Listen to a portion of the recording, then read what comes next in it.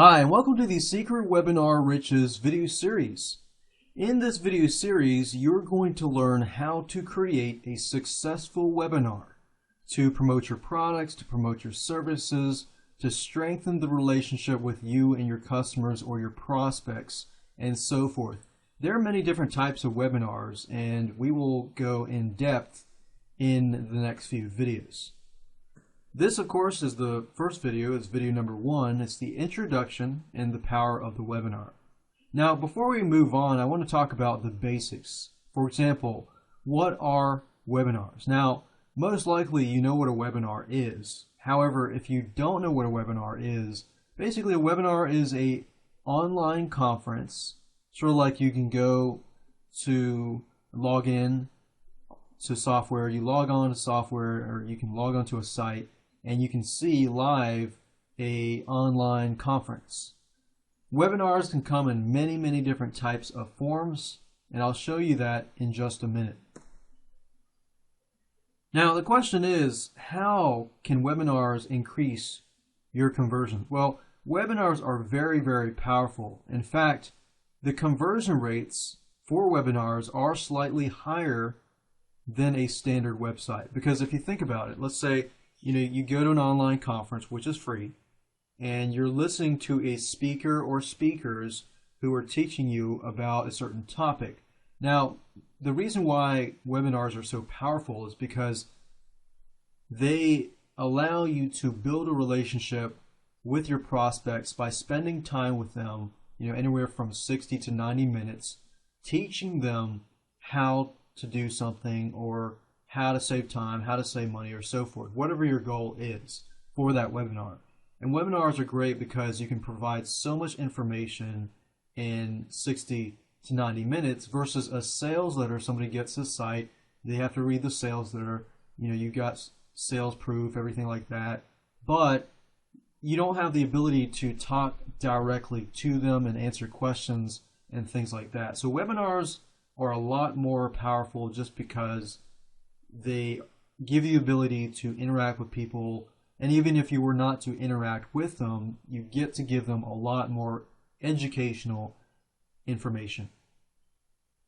So they often say that with a sales letter it might convert a certain percentage. With webinars you might convert 10% or higher just because of the webinar, because you're giving so many people valuable information. That's why when you create your webinars, it's so important to do it correctly. So why are webinars so effective? Well, I just answered that in just a second ago. They're so effective because you're providing people with so much information for free. And there are two different ways as to why webinars can be effective. It's a great way to test your product and whether you continue marketing or automating or not. So let's say, for example, that you have a product on, let's say, Facebook marketing. And you create this product, and what you could do is you could have a webinar that talks about Facebook marketing and so forth. If you get a lot of people that come to the site and they buy your product, that's pretty much a proof to you that your product is going to sell well. So you can take that webinar, you can automate it, you can do webinar replays and automate the webinars, and you can promote heavily and spend a lot of time and money into promoting that product. So it's definitely a great way to test your product.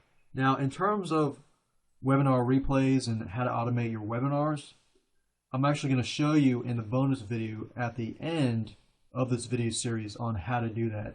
And we'll use a piece of software that doesn't cost a lot to do it as well. Webinars are also effective besides testing. It allows you to promote your products and your services or other people's products and services. In fact, if you have a product yourself, yes, or a service, there are different ways of angling it. And when I say angle, I'm saying the way that you approach your webinar, the way you create your webinar, and so forth. Now, I'll talk about different cool tips and tricks that you can use to angle it correctly depending on what you're trying to do, so that gives you a good enough idea, because I know many of you who are watching this video, you may be doing something and another person might be doing a different thing. So there's really no one size fits all webinar, but there are different ways of creating a good webinar. So another thing is, you don't really need to have your own product or service. If you want to JV with an expert, we'll talk about the expert webinar model in this video series. Now, what I want to do now is give you a quick overview of all the videos that we're going to go into, so that you understand ahead of time, you can prepare, and then when I talk about them, you can piece the puzzle together and implement the system faster than ever. Okay, so this is video number 1. Video number 2, we're going to talk about different types of webinars. There are many different types of webinars, general webinars, specific webinars, which we'll go into, so you can get a good idea as to what is available to you. Video number 3, we're going to talk about webinars, formulas, and tricks. So there is a specific webinar formula that we use that has been quite successful, and we'll provide you with that exact webinar formula and the tricks that follow with that video. Video number 4, we're going to talk about the expert webinar model. I briefly talked about this earlier. If you don't have your own product or your service, you can always do a joint venture with an expert. So the expert provides all of the content, and they do speaking and everything like that. All you have to do is introduce them. You have to set up the webinar, you have to do the marketing and so forth, which is actually fairly easy. So you're going to learn pretty much just about different webinar tactics that you can use in this video series. Video number 5, we're going to talk about how you can pitch your product. You see, most webinars are set up to educate the person, and there are periods of time where you can pitch your product, but you don't want to pitch your product too soon. More on that in video number 5. Video number 6, we're going to talk about brainstorming and planning your webinar. Before you begin to create your own webinar, you need to do some brainstorming and planning. And there's some heavy planning that goes into webinars to create a successful webinar, because the worst thing you want to do is go from videos 1 through 5 and go straight to create your webinar without the proper planning. Because if you don't plan your webinar, just like you don't plan anything else, then your project is going to fail. So set yourself up for success. Video number 7, we're going to talk about creating your webinar. And in this video, I'm going to show you step by step. Okay, we're going to go to GoToWebinar. We're going to show you step by step what you need to do to create your webinar. So this is a little more technical, but I guarantee you just follow me step by step and I'll show you how to do it. Video number 8, we're going to talk about setting up your webinar and your webinar pages. Now, after you create your webinar, you need to set up the pages and so forth so that you can begin to market your webinar. And that's what we'll talk about in video number 9, marketing your webinar. Once you create your webinar, once you have it set up, you need to market it. You need to get people to your webinar. And how do you do that? Well, we'll talk about that in video number 9. And the last 2 videos are bonus videos that will help you run your webinars better and more efficiently. Now, bonus video number 1, we're going to talk about how to avoid crashing your webinar. Unfortunately, in this day and age, it's very, very common for people's webinars to crash.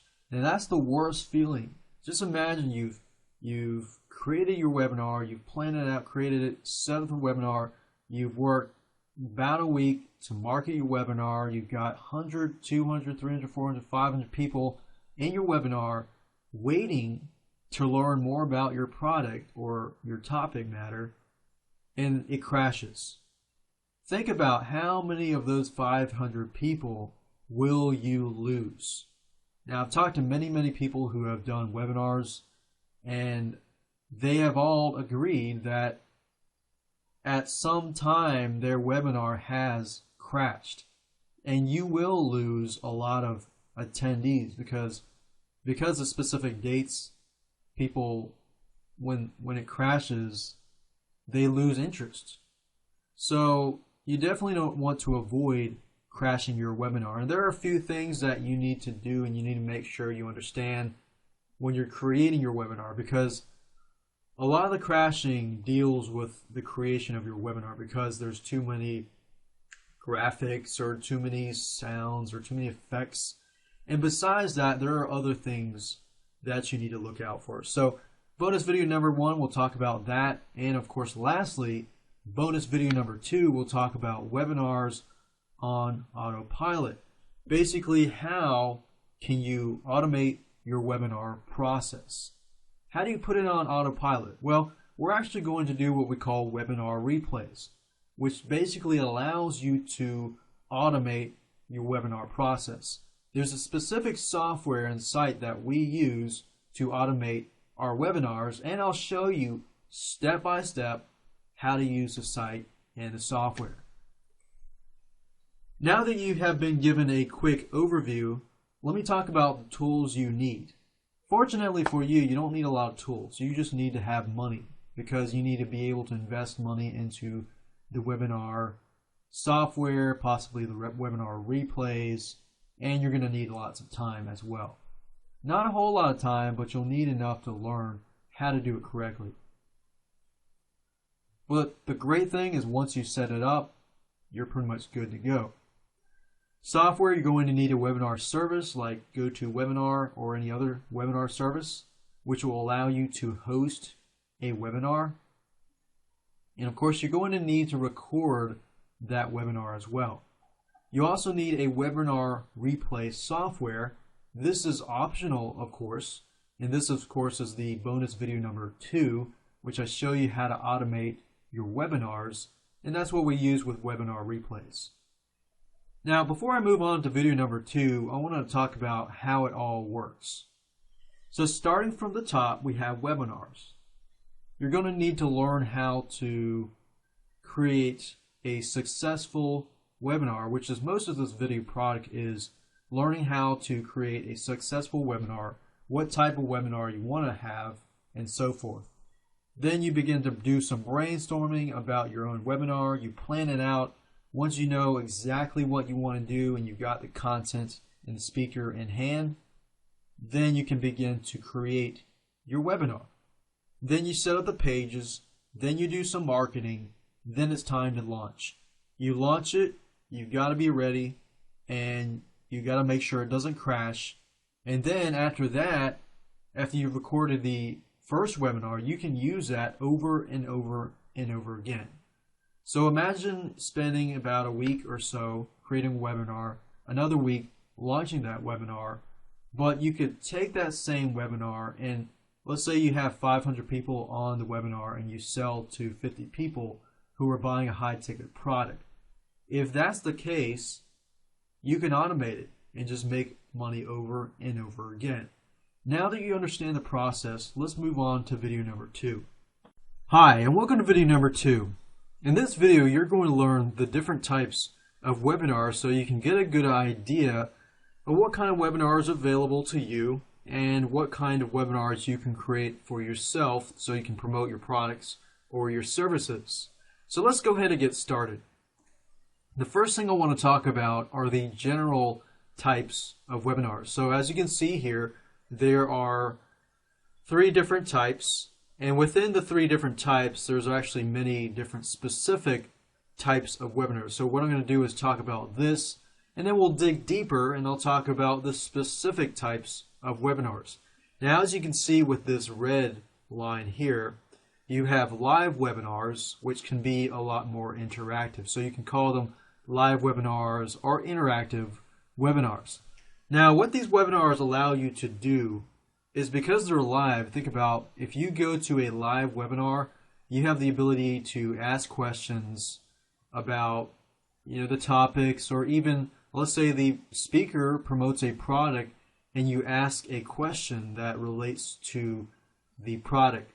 Now, the best thing to do is if you're going to do, let's say for example, replays, I would suggest that you do a live webinar first, get people to ask as many questions as possible, because most of the time, if somebody asks a question, somebody else is thinking that same question. So if you do have a live webinar and you have people that don't ask a lot of questions, that might be bad if you try to do a webinar replay in the future. So it would be wise to get people that you know ask a lot of questions.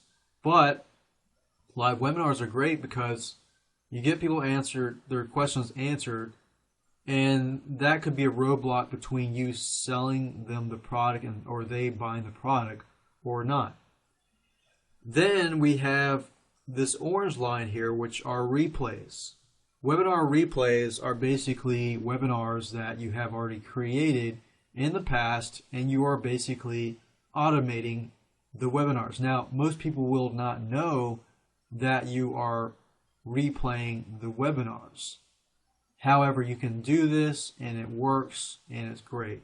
Now, just keep in mind though that the webinar replays are non-interactive. So that means that people cannot ask questions and answers and get the answers. But like I said, if you do the red line first and then you do the orange line second, sometimes that works really well. With the green line, you have the Q&A, which is the questions and answers. So let's say, for example, that you want to create a product,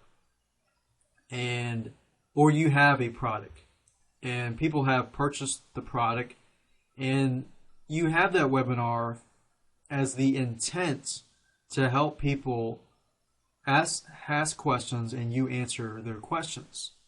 So those are great ways to create webinars. Q&As can also, you could take a Q&A, you could have an expert, have everybody ask tons and tons of questions. You could sit there for an hour and a half or 2 hours or 3 hours and just answer a bunch of questions.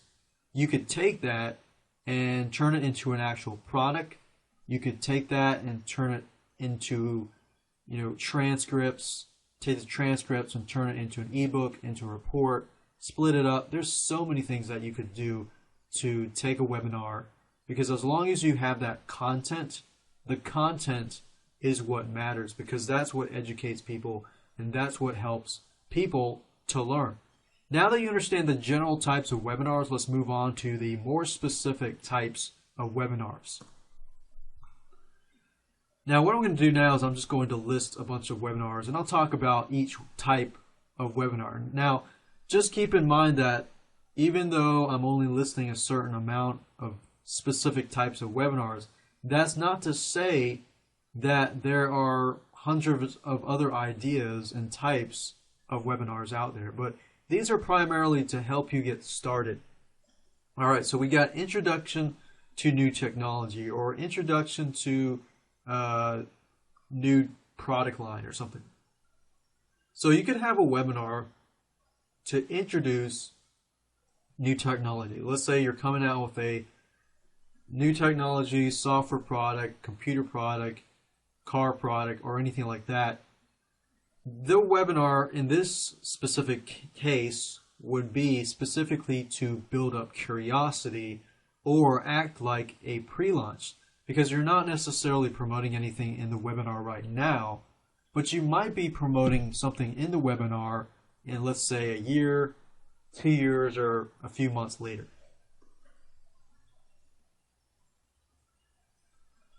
Another type is promotion of a product or service. Now you'll see some stuff on the bottom, but you can ignore that for now. I'll talk about that in a minute. But promotion of a product or service. This is pretty much the most popular specific type of webinar, because most people want to promote their product or they want to promote their service. In this case of webinars, you will find people basically providing as much educational material as possible, but you basically want to say, hey, I've got this cool product. It can make your life easier. You can save time. You can save money, and so forth. So that's a specific type. Or another thing you can do is promote a webinar class. Let's say, for example, that you have a bunch of webinars that are coming up in the future.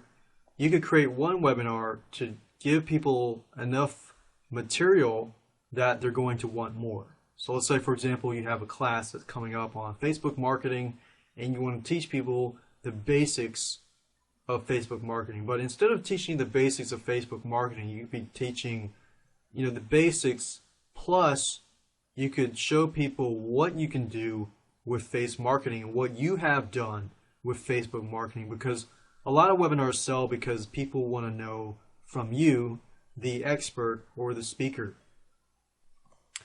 Okay, so similar to the introduction to new technology, you could also have a webinar that has a pre-launch of an upcoming product.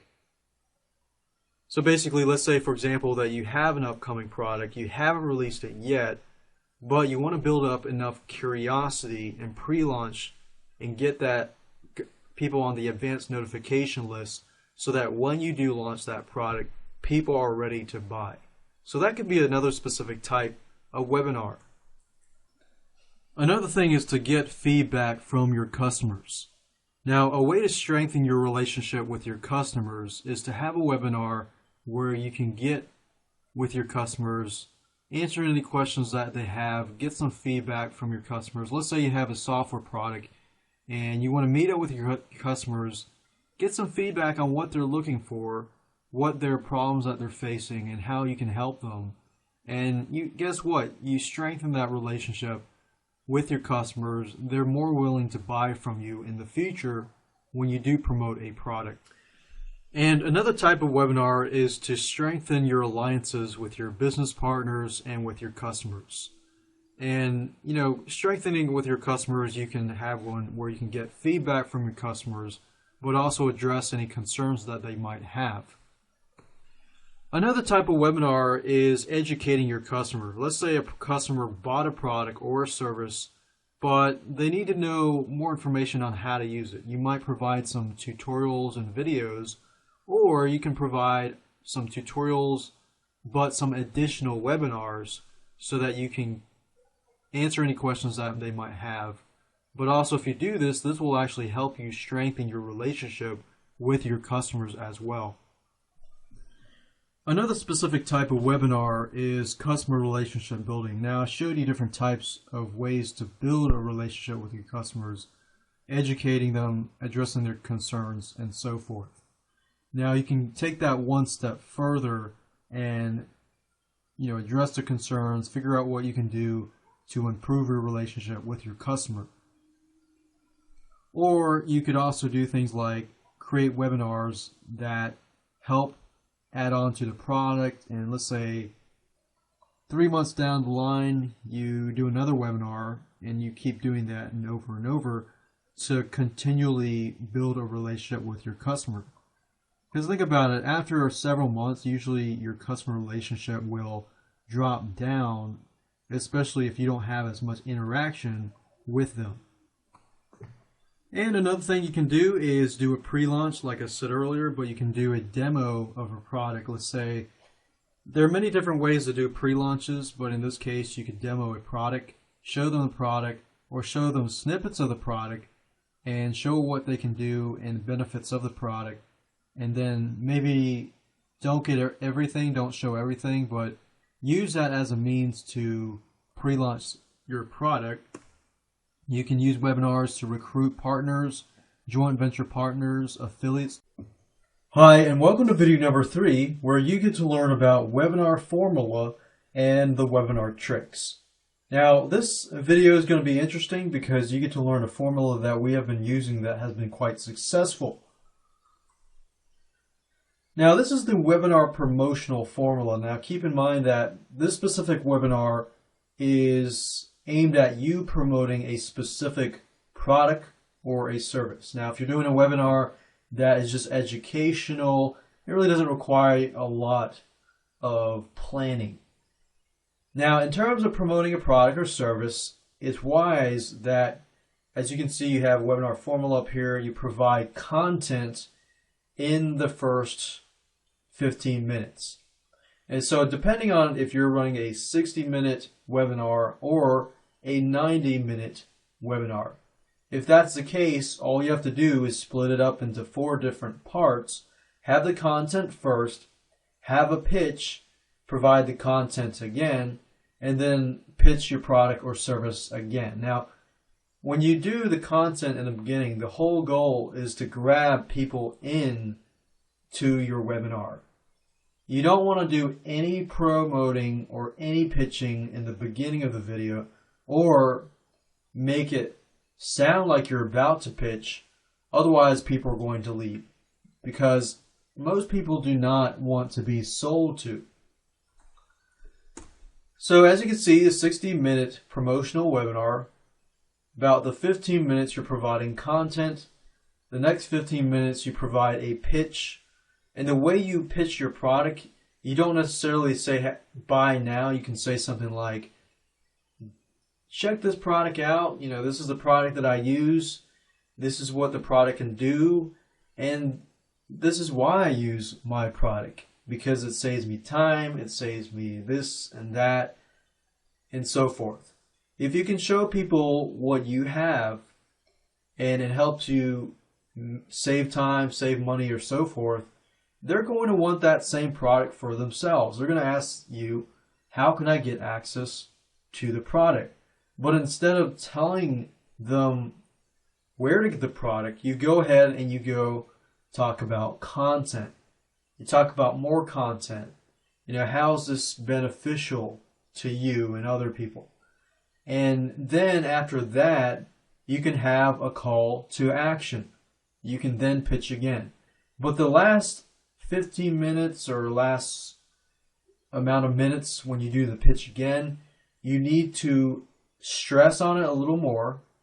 You need to pitch it in a way so that there is a sense of urgency. Maybe you have a limited time offer. Maybe you say, okay, I normally sell this product for $497.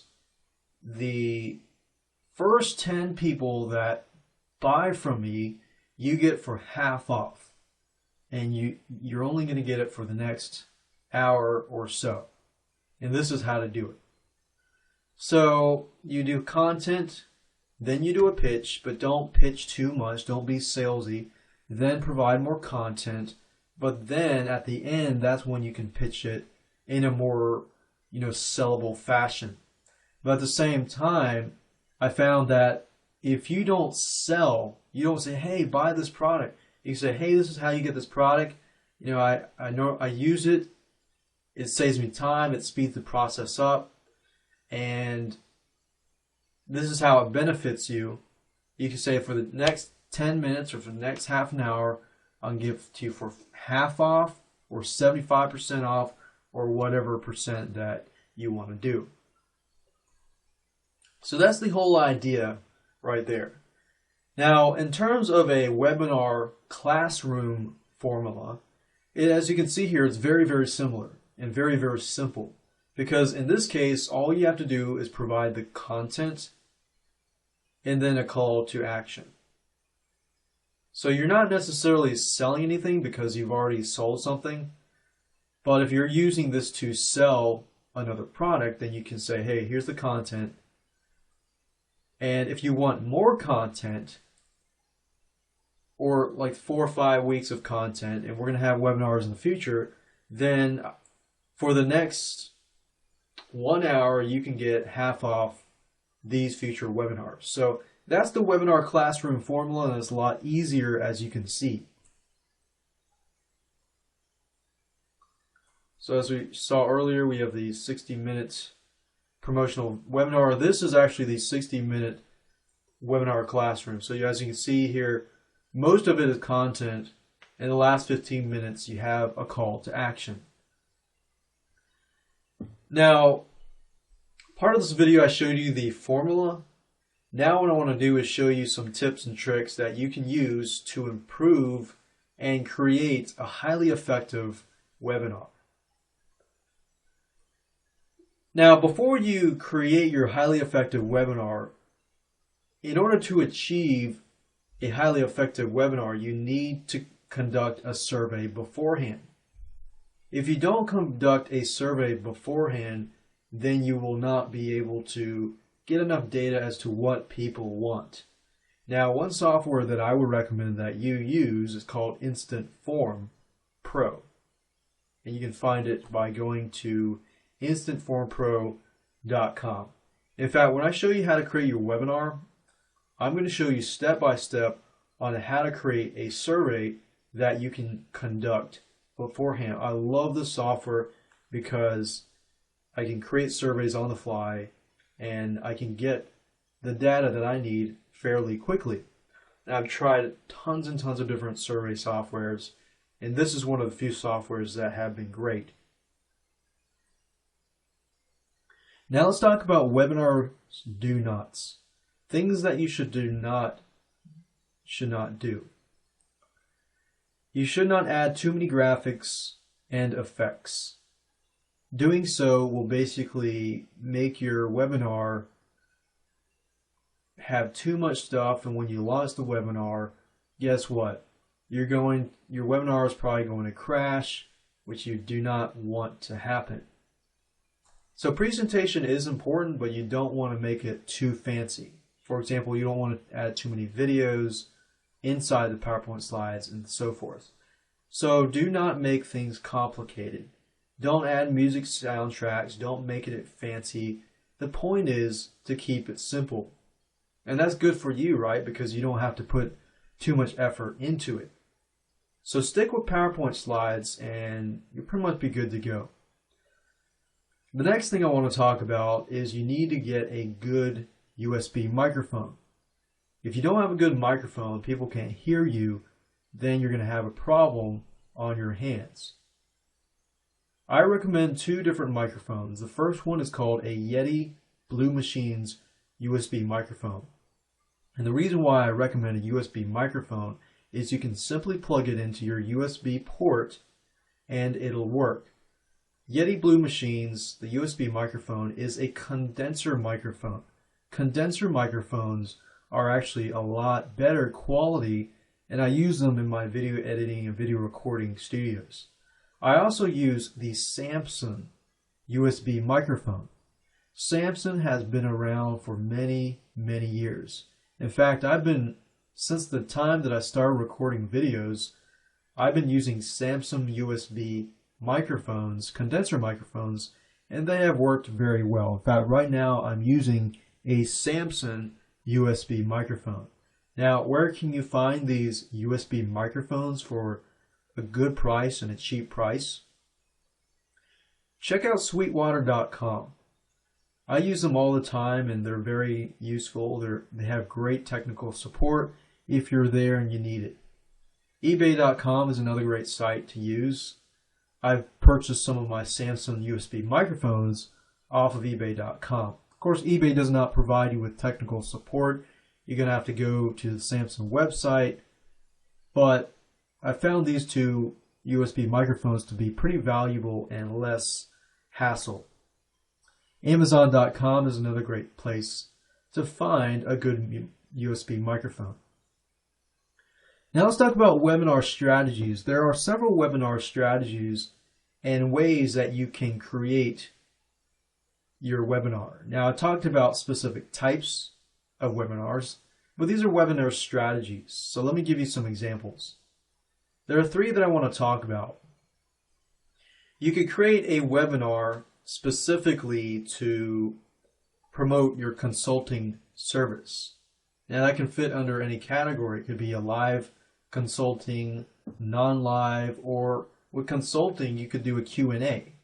You could, let's say you normally charge $250 an hour, but you could advertise that and say, hey, for 2 hours I will answer any questions that you have. Now if you did what I told you earlier to conduct a survey, you can pick and choose the most asked questions to answer. Because fortunately for you, if there are a lot of people asking the same questions, when you're doing consulting, then in this case, most people are going to ask the same questions. So with consulting, you can provide that video up front, and then people will get your consulting services. Your conversions are going to be very, very high. So that's one webinar strategy, is to make it so that you could do a Q&A, live Q&A, and webinar from consulting. Another type of strategy is done-for-you services. Now, you got consulting, which is generally like a service-based. Done-for-you service is a service, but can sometimes be an actual product. Now, done-for-you services, the way you create a webinar around that is by showing people an end product. For example, if you have a done-for-you service on, let's say you're doing offline consulting, and you show people that you can generate so much traffic using Facebook ads. Now with the done-for-you service, you show them the end results so that they can see what they're going to receive. And you can say, hey, this is how to do it, but I'll do it for you for this price. That way you can pretty much promote your done-for-you service. And you can have a webinar that does that. In this case, with the done-for-you service, you don't really need a live webinar to do it, but you can have a live webinar first and then use the webinar replays to just do an automation, do it over and over again in the future. You could also use webinars to pre-qualify your leads or your clients. Let's say, for example, that you are doing consulting and you don't want to take every single person that you meet because you need to pre-qualify them. So what you have to do is you can take a checklist and you can create a webinar and have people attend the webinar, and from there you can pre-qualify whether the leads really want your consulting or not. Now, it doesn't have to be consulting, it could be other things like you selling the leads. So you could use webinars to do that. So you could do consulting, done-for-you services, and pre-qualification. Hi, and welcome to video number 4. We're going to talk about the expert webinar model. Now, this model is going to help you if you are not an expert in whatever you're trying to promote, or you want to take a simple approach and you want to do the webinar setup and the marketing, but you want to find an expert that will provide you with the content and everything like that. So technically what you're doing here is a joint venture.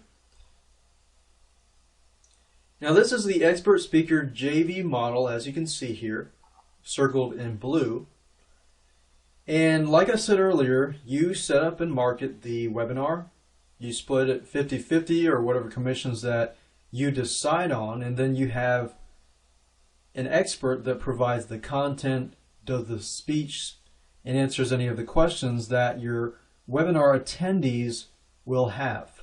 So technically you're not doing a ton of work, you're not doing any like the product development or anything like that, but you are setting up, you are doing the pre-launch, and you are doing the marketing for the webinar. So you basically have to find an expert that you can walk them through the process of doing.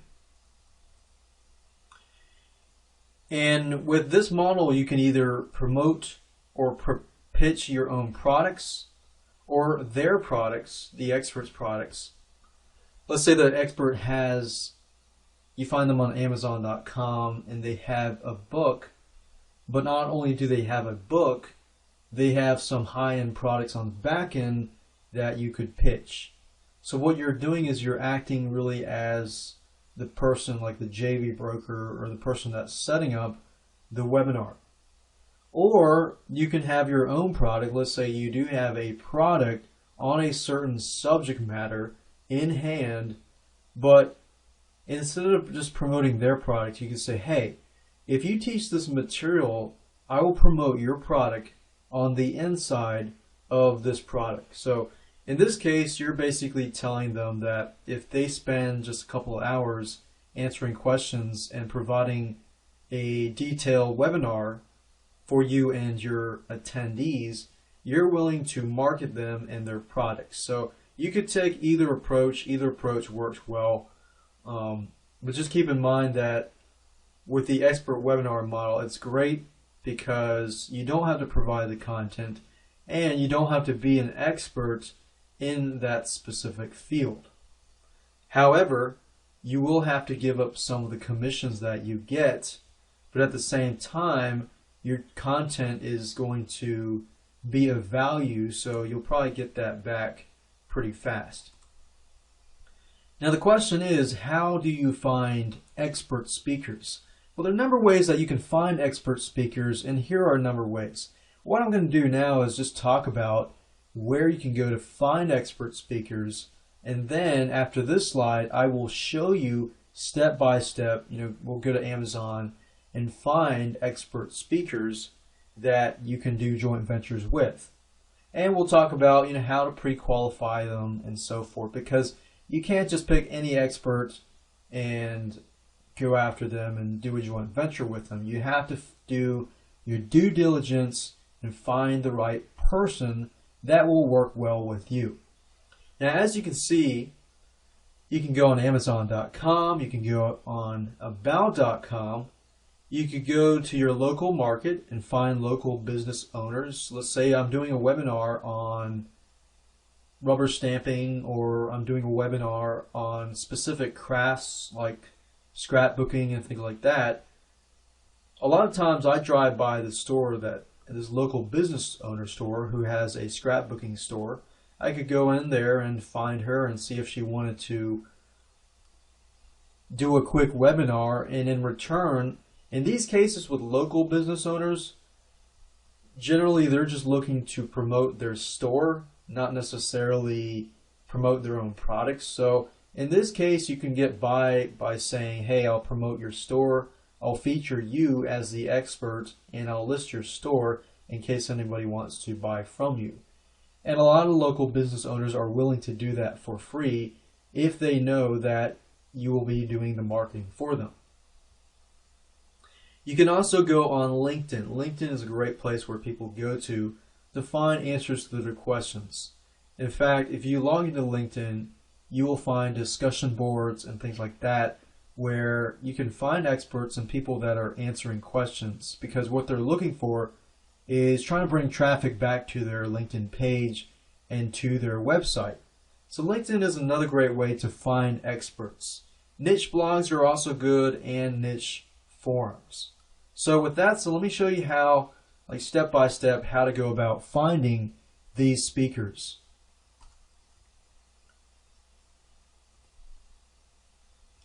Now that you know where to go to find these experts, you need to pre-qualify your experts just to make sure that they're the right people that you need to do a joint venture with. Because some people will be promoting a product and really they're not an expert. So you need to go to sites where they are truly the experts. Because, with private label right products, if you know what private label rights products are, they're basically products where people can just slap their names on them and that's it. And the people may not necessarily be an expert just because they're selling or reselling a product. So you definitely want, in this case, to pre-qualify your experts. Now, in order to do that, it's very easy, but you need to create a list of complex questions only experts would know the answers to. And how do you do that? Well, you can go on sites, on niche sites, and maybe find the most common questions and list out the answer. So you need to know the questions and the answers of these questions. Then what you do is you approach these experts and say, hey, I've got this webinar I want to create, and I need an expert. I've contacted several experts, but I'm interested in talking to you.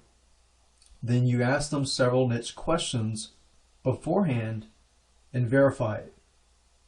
And try to stick with complex questions, because if you can find an expert that can answer your complex questions, that's great, because you found an expert that knows what they're talking about. And of course, ask for referrals. That's important, because if you can start out by asking for referrals or go to niche forums and ask for referrals, then it's going to make your life easier, and you don't have to do too much research, but you still need to do your due diligence. Unfortunately, in this world, not everybody is honest. I've encountered many dishonest people who claim to be what they claim to be, And unfortunately, I believe that, and down the road, I found that they're really not the experts. They're just pretending and they're faking it in the beginning. So you definitely want to do your due diligence. Ask for referrals. If you can't find referrals, even if you find referrals, do your due diligence, do your research, go on Google, try to do some research about this person and about their products and so forth. But as you can see here, the Expert JV model is great. It works wonders if you don't know what you're talking about and if you need an expert speaker to joint venture with, so that you do provide good quality webinar content. So finding experts is pretty much easy to do, but finding qualified experts is a little more difficult. But I'm going to show you how to do that by using several online services. On Amazon.com, you can go and find authors like book authors and so forth. Now, that does not always mean that it's very easy to contact a specific someone just by looking at Amazon.com. But there are ways to go about doing that. One thing you can do is this. Let's say, for example, that you are doing a webinar on job interviews. So what I could do is type in job interview and look at what kind of books are out there. Now this one was created by Tony Bestroff. So what I would normally do is I would go through here, and you can outsource this if you want, but it comes to be a little bit tedious. But what you need to do is basically search for these people online and see if they have a website. For example, this guy here, he's pretty famous, so he might not have time to do a webinar for me. However, what I could do is I could pick somebody who's smaller and use the same method. And your whole goal is to figure out, okay, this book is doing pretty well. It's not doing superb, but it's doing well enough that this person, I'm sure, is willing enough to do a webinar. So what you do is you do a search on Google for them. See if they have a website. The whole goal here is see if they have a website and see if they're located on LinkedIn. If you can find them on LinkedIn and you can connect with them, then you can contact them and communicate with them what your goals are. And as you can see, you can do the same thing with other sites. The key is to find an author and then search for them on LinkedIn or through Google. Try to see if they have a website, see if they have a contact, an email address, or a phone number on their website. You could do the same thing with About.com. About.com allows you to find experts who will answer your questions. AllExperts.com, you can do the same thing. Search for an expert. If you can't find their contact information, then go on Google and go on LinkedIn and so forth. Now, LinkedIn is another good site. If I go here and I click on groups or answers, I'll go ahead and click on answers and I'll be forward over here. This is a great place to find people who are answering other people's questions. So if I go up here to answers, I can search for some people in this box. Let's say I want to do something like job interview. And what I'm looking for are people who are answering people's questions on job interviews. Most likely, if they're answering the questions on job interviews, then that tells me that they are looking to get free marketing with their webinars and stuff like that. And they're looking to get their name out there so that they can answer the job interview questions. These are ideal because they're out there in the field and looking to answer people's questions.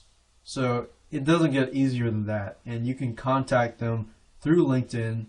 And LinkedIn is a great site because it's a great professional social networking site. Now, another thing you can do is go on Google and type in whatever niche you're looking for. So you could do job interview in quotations, and then next to it put like forum. And then go to the forum, see if they have any recommendations or referrals to any experts, and you can look through it and see who is responding to people's questions and contact them. You can do the same thing with blogs and so forth. But primarily, I would say the best thing to do is Amazon. Stick with Amazon, find the person, see if they have a website, and then look through LinkedIn.com. I would say these are the top on my list in terms of finding experts. Hey, and welcome to video number 5. We're going to talk about how to pitch your product inside of your webinar. Now, if you've imagined you go to an offline seminar, just the last 15 minutes is normally a sales pitch. Now, there are different types of pitch approaches, and some people like to be very pushy and hypey, and some people like to be less indirect or more indirect. They don't like to push it on you, and it really ends up being who your audience is. You've got to know your audience.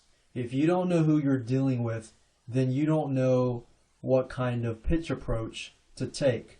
Let me give you an example. If you know that a certain group of people definitely need your product, they're sitting on the fence, then you can show them, the end result of the product and what the product does for them. That's more powerful than getting up there and saying, hey, you've got to buy this now, you've got to buy this now, you've got to buy this now. In fact, they have done studies and found that, yes, some people that are on the fence need a little bit pushed off the fence, but for the most part, if you promote your product in a manner to show people that you really care about them and that you've got this cool product, whether it's a software, whether it's ebook, whether it's another webinar, whatever product you have, that you use it yourself and it's done wonders for you and it can do wonders for them. Because if your audience can see what it can do for them, they're more willing to buy the product. Now, in terms of pitching your product, I talked briefly about this in the webinar formula, but do not sell first. Whatever you do, do not sell first. You need to provide good quality content first. You need to educate and provide your product and show the benefits of it first. So remember that I showed you the webinar formula. You have the content, then you do the pitch, content, then the pitch. But in this case, you do the content, and then the pitch is considered you talk and show about your product and the benefits. Then you provide content, then you provide a pitch. Now, I'm going to show you different ways that you can use so that you don't sound too hypey and too pitchy. Because who loves that? I mean, most people do not enjoy being sold to.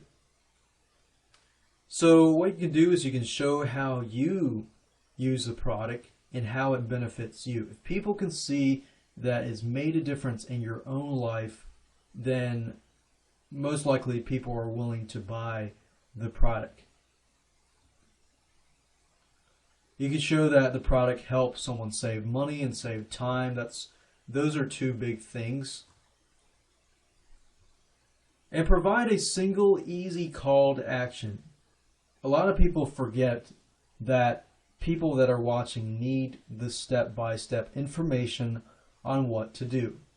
You might provide good quality content and say, hey, go buy this site or go buy this product at this page.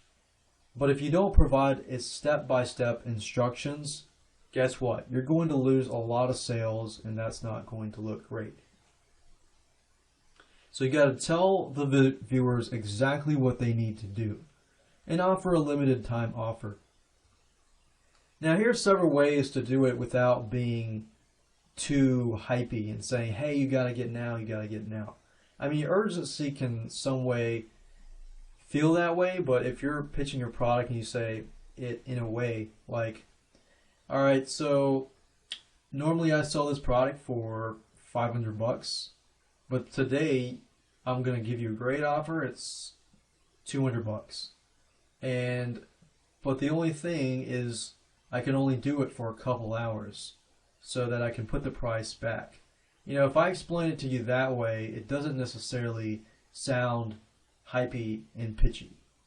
because it's the way you say it when you pitch your product. Now, if I were to say, hey, I got a product, it's so amazing, it's $500, I'm going to give it to you for $100.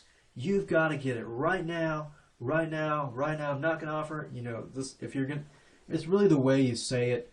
If you say it in a normal way to show people that you care and you truly care about them, then they're going to see it and they can see whether or not you're going to be genuine or not. So definitely you want to use urgency and scarcity, but remember, it's the way you pitch your product. You can tell people how great it is, but in a different way. Now, let me give you 2 pitch schedules. The pitch schedule number 1, as you can see here, is pretty much the webinar formula that I showed you earlier. It has the content, then you have the pitch, content in the pitch. So it's pretty much what we talked about earlier. Pitch schedule number 2, as you can see here, you got a webinar formula, you've got the content, and then you talk and show about your product, not necessarily say, hey, you need it now. You talk and show people that you have this awesome product. You don't even have to say it's yours. You can say, I got this software developed, now I use it. Let me show you how to use it. This is how to use it. This is how I use it. It's double my sales, it's triple my sales, whatever. You can provide specific numbers. Because if you think about it, webinars is sort of like a sales page, but you're giving more proof and you're talking directly to the people.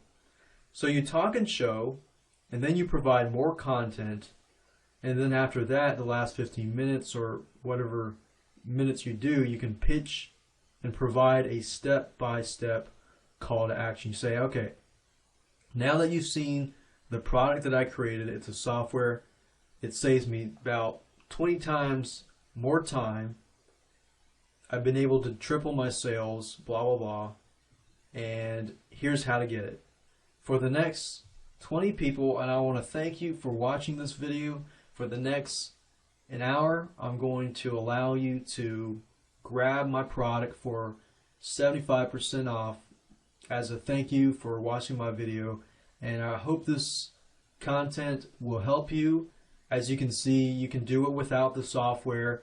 You don't have to have the software. It'll just take you 10, 20, 30 times more time, but I want to help you out, so I'm offering the software for you for 75% off. So as you can see, it's the way you pitch it. The way you talk, the way you portray your call to action is really the difference between offending somebody, having them walk away, or sitting there and listening and wanting the product. So that could be the difference between several percentages of conversions, decreasing it and increasing it. So as you can see, pitching is very easy. It's just the way you say it. Hey, and welcome to video number 6, which is brainstorming and planning your webinar. There is some heavy planning that is required to planning your webinar, but simply follow the template step by step and it should be pretty easy. The first step is brainstorming. You need to think about what type of general webinar you're going to have. Are you going to have a live webinar? Are you going to have a non-live webinar? Live meaning interactive, non-live meaning non-interactive, or a question and answer type general webinar. Then you want to think from that point, okay, let's say that I do want to have a live webinar, then what is the specific type of webinar that you're going to have? What is the specific type of goal that the webinar is going to achieve? So let's say, for example, that I want to create a live webinar on a pre-launch for one of my upcoming products.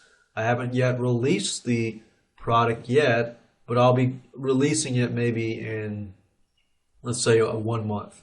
And let's say that I have a live webinar that teaches people free material that is maybe included in the product, but there's a lot more meat inside of the content and the product itself. So that could be the goal of my specific webinar, is the pre-launch webinar.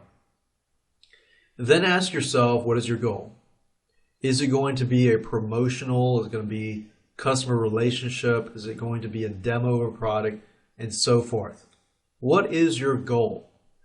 What are you trying to sell? Are you trying to sell a product? Are you trying to sell a webinar class? Are you trying to sell, what are you trying to sell? What is your, besides your goal, what are you trying to achieve? A stronger relationship with your customers and so forth. Now, if you're having a webinar and you're specifically having like a Q&A so that you can build a stronger relationship with your customers, then later down the road, you are indeed trying to sell something. So you definitely want to do some brainstorming in advance. What kind of webinar formula and pitch are you going to have? Webinar formula, remember, there's several different types of webinar formulas. You could either do content, pitch, or you could do content and then pitch, or content and call to action, or content and so forth. And you can refer back to the web formula and tricks video for more of that information. And then what kind of pitch are you going to do? Are you going to, when you're selling something, how are you going to pitch it? What type of audience are you dealing with? Are you dealing with an audience that needs an extra push? Or are you dealing with an audience that doesn't really need a push? They just need the content, and from that content, they'll be willing to buy the product. Come up with possible speakers. Are you going to be the speaker? Are you going to be the expert?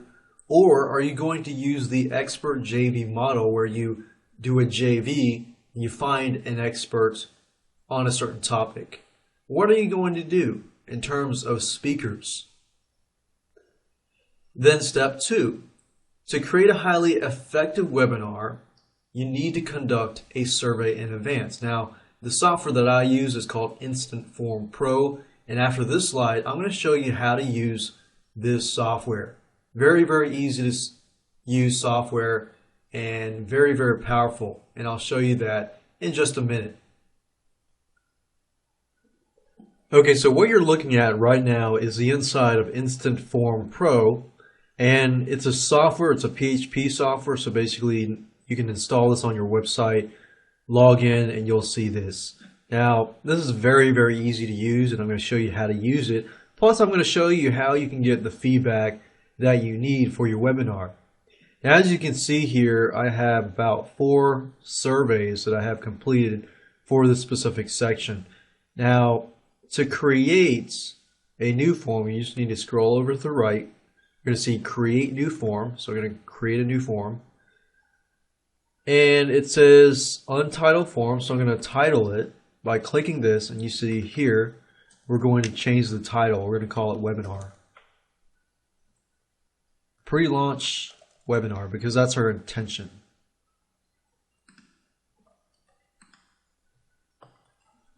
Learn more about my upcoming product launch. And get more specific, of course. Now, as you can see, there are several options. You can turn on password protection, which basically means that people need a password to log into your survey. You can turn on spam protection. You can limit 1 entry per user, and the way that works is it tracks the IP address and so forth. So we're going to keep it simple. We're just going to go ahead and create a survey. So what I want to do now is go to Field Properties, and we can add a field. So as you can see, this side here is where your form is going to be. There's several different options in terms of what you can add in terms of different fields and so forth. You can add a single line text, paragraph text, multiple choice. You can put your name. Let's say I'm doing a webinar and I want to gather some research first. So I could put this over here. So you have the first name and last name. And then let's say that I want somebody to enter their email address, and I have maybe a paragraph text or multiple choice. So let's say, for example, that you want to get some feedback. You can add paragraph text. And you can change this, you can change this, and you can change this paragraph. We could say something like feedback, your feedback. And let's say we want to add another field. Let's add a multiple choice. And as you can see, this is what I like about it. Let's say I want the multiple choice to be up at top and the feedback on the bottom. I can do that. Now I can delete it. I could add something else, like a way for people to upload files and so forth. And once you're done, you just click on Save Web Form. And then you can go click on Manage Forms here.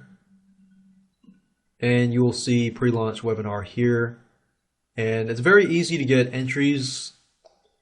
For example, let's say, we'll just click on this one here.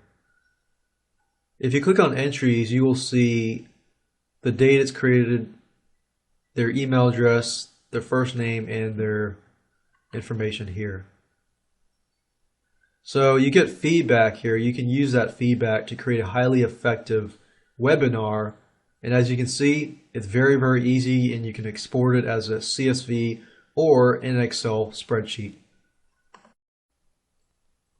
Now that you understand how to conduct a survey so that you can produce a highly effective webinar, let's move on to step 3. In step 3, you need to figure out what webinar software and service are you going to use. In this case, we're going to use GoToWebinar because that's very, very easy to use. In terms of pricing, the initial, you get a 30-day trial and you can check it out for yourself. But for the initial pricing, you get about 100 attendees that can come to your webinar. Now, of course, if you have more attendees, it's going to cost a little more money. But I would recommend that you have a live webinar first, and then use the method of replaying those webinars over and over again in the long run. Then you need to think about the registration process. Now, with GoToWebinar, not only can you create a webinar, but you can also set up some registration pages that are included with the GoToWebinar software and system. Now, with other webinars, you might not have a registration process, so that's just something that you need to keep in mind. Step 4 is content. Content, content, content. This is the biggest part of whether your webinar is going to succeed or fail, because this is the first thing that people are going to see. So you've got to ask, what is your content going to be about? What is your pitch? How are you going to pitch your content? And what you could do is you could start out with a big claim or a big story. So you've probably seen a lot of webinars that say, so-and-so makes, or so-and-so solves this big problem, and it's a big claim or a big story. And of course, people want to know more about how they were able to fix a certain problem, especially if they're dealing with that same problem as well. So the content is definitely important, because if you remember the webinar formula, it goes content, pitch, content, pitch. So your content really is sort of like your headline of your sales letter. So think of it, the selling point, similar to that of your headline of your sales letter. It's the first thing people see, and it's the first thing that's going to grab people into your sales letter. In this case, it's the first thing that's going to grab people into your webinar. More on content, let's talk about content main points. I would suggest that when you create your webinar and you do it on a certain topic, that you do not cover everything. Do not cover everything. Cover just a few points, maybe 3 to 5 points that you can cover, and this will allow you to go deeper into each point. Now, if you do miss out on certain content, you can always create a new webinar. And what better way to create more and more webinars? So don't think that you have to put every single thing into one webinar. Otherwise, it'll just get really crammed, and the people that are watching the video will be overwhelmed. And you don't want your viewers to be overwhelmed, because if they're overwhelmed, they're more likely not to buy your product, and they'll just walk away. So you want to make sure that the goal is easily attainable. Then you need to think about, okay, how long is your webinar going to be?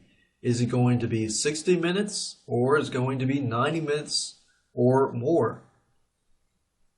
Preferably, it needs to be a PowerPoint presentation, and the reason being is you don't want it to be too complicated. You want to be fairly simple. And like I said earlier, the more simple it is, the better, because you'll avoid crashing your webinar. Now, in terms of avoiding how to crash your webinar, I'll dive a little more in depth in the bonus video, number 1. Hi, and welcome to video number 7. We're going to talk about how to create your webinar.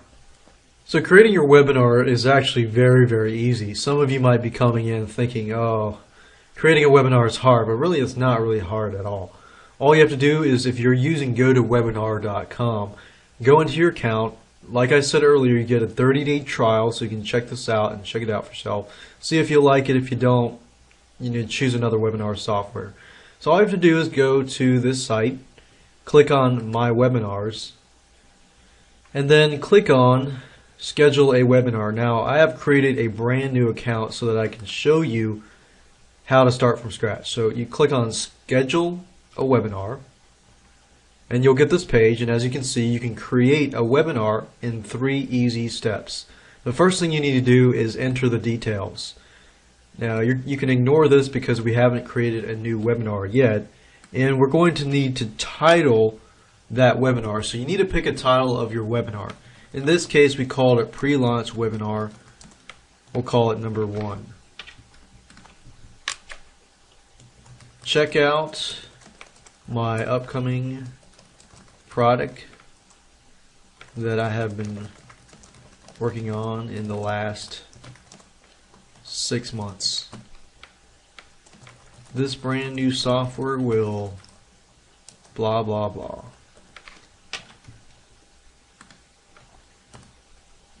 Then you'll want to put the date and the time, and keep in mind that you need to choose a time zone.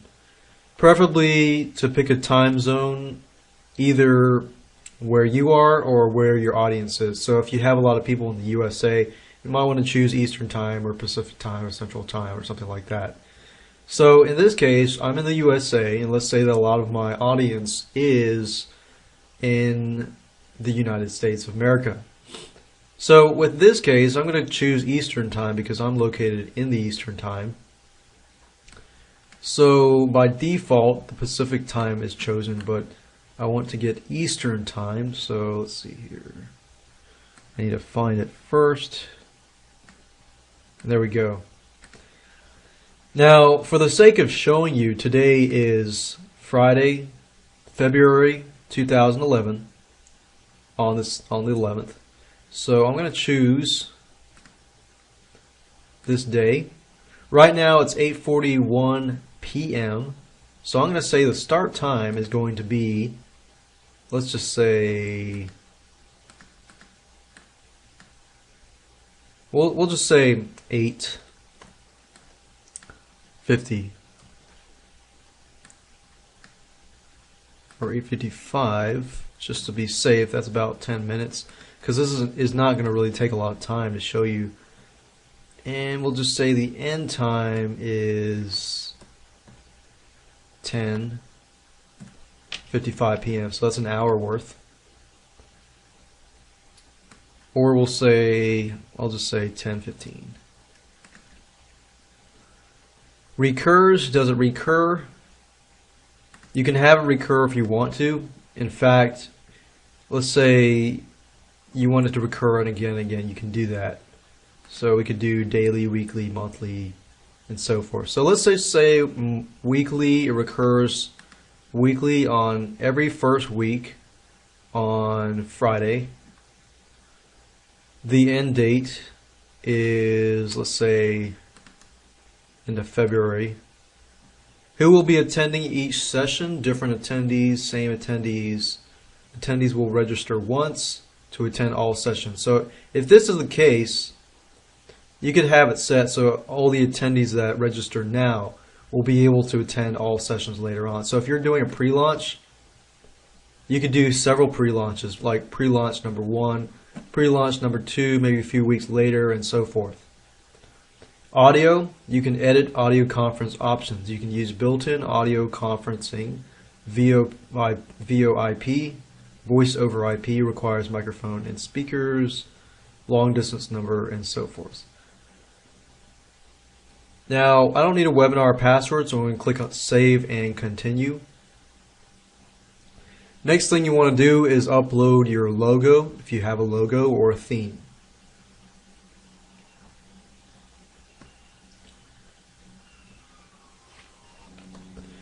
Now, one thing you might want to do is if you have a picture of your face or a logo, you can upload the logo here, and then upload your face here, put your name, and so forth. So, presenter, I'll just put first name, last name. Then you have whatever organization and a title. Welcome to the pre-launch webinar number 1. Click Save and Continue. And then, of course, the next thing is the registration page. One thing you can do on the registration page is add fields, and you can also add questions if you have questions for the registry or the attendee. So technically this could be sort of like survey questions or questions that you want to answer during the webinar. Now, don't get this mixed up with the survey that we did earlier. This has to do specifically with the webinar. So by now you have created the webinar content and you're ready to answer these questions that people have. So I'm going to go ahead and click on Save and Email the Invitation. It says all set up. We have emailed you the webinar invitation. Use it to invite people to attend your webinar. So as you can see, Friday 8:55 p.m., which right now it's about 7 minutes from now. And the cool thing is you can schedule and you can use the webinar if you want, but I'll show you that in the next video. Now that you know how to create your webinar, in video 8, in this video, you get to learn how to set up your webinar and your webinar pages. To get the information that you need to send to your webinar attendees, it's actually a very easy thing to do. Now, when we created our webinar, what happened was GoToWebinar actually sends you an email with that information. If you didn't get that email, then you will notice that it says email me the invitation. So since it has emailed me the invitation, all I have to do is go to my email box, click on GoToWebinar, and as you can see here, it says pre-launch webinar, register now. Register now at this location. So what you can do is all you need is this link here. So you right click it, click on copy link address. And if I go to this page, you will see that you can actually register for the webinar. All you have to do is include your first name, last name, and so forth. And when you create your webinar,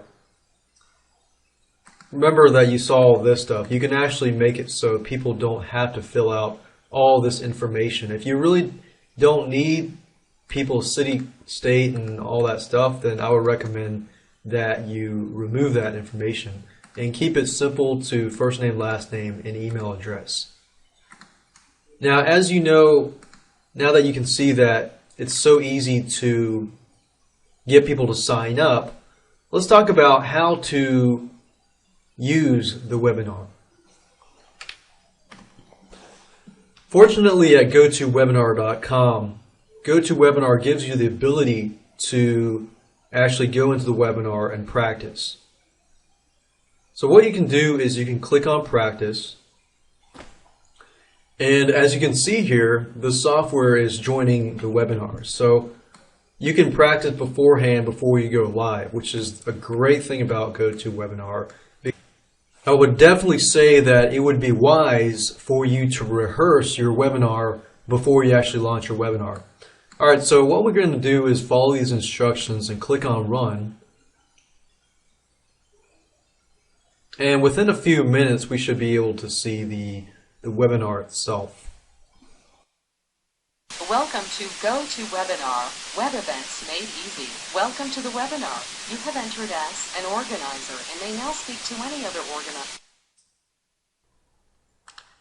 So as you can see here, this is what the GoToWebinar software looks like. Now, unfortunately, I just recorded the GoToWebinar video just now, but Camtasia did not pick up on it, so what we're looking at right now are screenshots. So what I'm going to do now is just go through each screenshot and explain to you which one means what.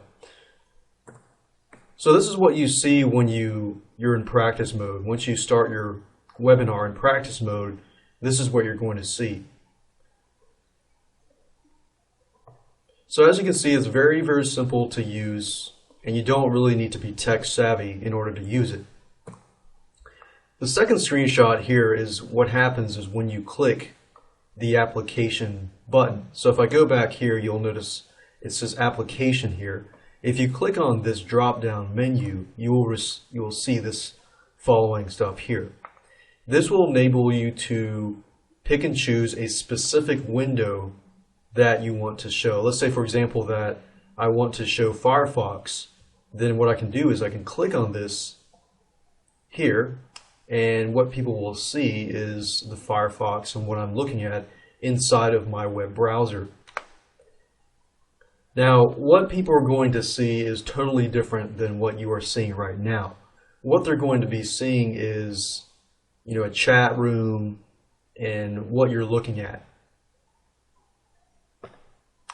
The next slide here shows how many attendees you have. So as you can see, I'm the only attendee right now, so you only see one attendee here.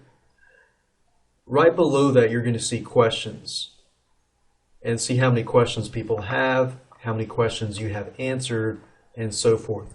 You're also going to see how many people have their hands raised. Let's say, for example, that you're talking throughout the webinar and somebody raises their hand because they have a question. Well, what the person sees is totally different than what you see. However, when they raise their hand, you're going to see who raises their hand, and then you might be able to stop the webinar and answer the person's question.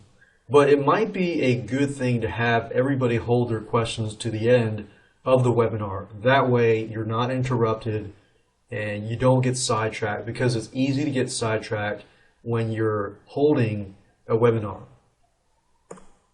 Next slide here shows what people see.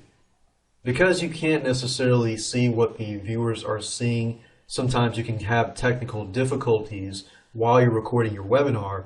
You want to be able to see what the audience views. Fortunately for you at GoToWebinar, they do provide you with a feature, as you can see here, and you can see that we're looking at the pre-launch webinar page through Firefox. The second tab shows you how many attendees are showing or visiting and viewing your webinar, who they are, what their names are, and so forth.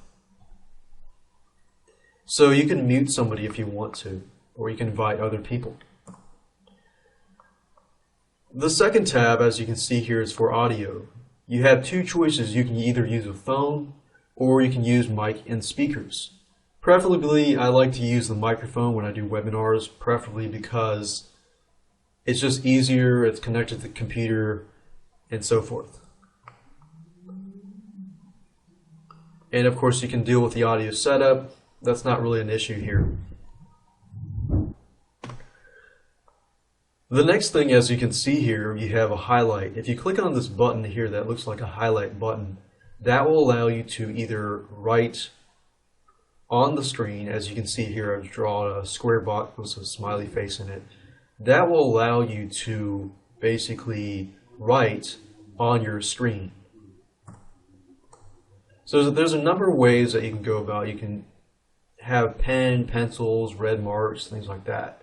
Now, you do want to keep in mind, though, that if you are dealing with, let's say, 100 or 200 people viewing your webinar, then in that case, you got to realize that using all these fancy features can create or can make your webinar crash, and you definitely don't want to do that. Hi, and welcome to video number 9. Congratulations, you have finished creating your webinar and set up your webinar, now it's time to market your webinar. So let me give you some methods that you can use to market your webinar. Here are some methods that you can use. First, you can post it on your blog or on your website. That's the number one thing that you probably might want to do before you do anything else. Another thing is you could do webinar JVs and what that means is this. Let's say that you don't have a list. So obviously you can't really promote your webinar, right? No, you can actually do that by approaching list owners. So let's say, for example, that you are doing a webinar in the self-improvement industry, specifically, let's say with, trying to think of one, let's say specifically with weight loss. In this case, you would want to find people with weight loss products. You can go to ClickBank, you could go to Amazon, find people with existing products and approach those people. These people understand the value in a webinar, especially if you're providing lots of educational material. And the reason why a lot of list owners are open to promoting your webinar is if your webinar adds value. If your webinar adds value, guess what? The relationship between the customer and the list owner is going to strengthen because the customer feels like, oh, this weight loss list owner is emailing me webinar information that's going to potentially help me. So in this case, the customer relationship is strengthened between the list owner and the owner because the list owner knows that you're providing them good material, but at the same time, they understand that webinars are also a great way to convert into sales. So the only way that the list owner is going to want to JV with you is if you have an affiliate program. So meaning if they send you the traffic, and let's say they send you a couple thousand people, and out of those couple thousand people, some people buy, every one of those people that they refer, you need to credit the list owner and pay the list owner a commission. So for example, you could have 50% commissions or 75% commissions on everybody that they send over. And you need to be able to track the affiliate program using an affiliate software like ClickBank or anything else. So that's one great way that you can use to promote your webinar is simply by approaching list owners in your niche. But a word of warning, do not approach list owners that are not in your niche. If you do that, most likely you're going to get a no, and most likely if they do send people over, they're not going to convert. So you definitely want to get list owners that are in your niche because they will see the value in your webinar. Other methods is to send a newsletter. Obviously, if you have a subscribers list. If you don't have a subscribers list, you're going to have to take the JV with list owner approach, which that approach you don't need to have a list. You simply need to create a good system and approach the right people. You can also do a contest. Now here's some methods that you can implement, and what I want to do is after this slide I will show you how to go to these sites and how to implement these methods. One method is press releases. You can use sites like prweb.com and webwire.com, which is only $19.95. In fact, Webwire is cheap and it allows you to get indexed within the Google News area fairly quickly.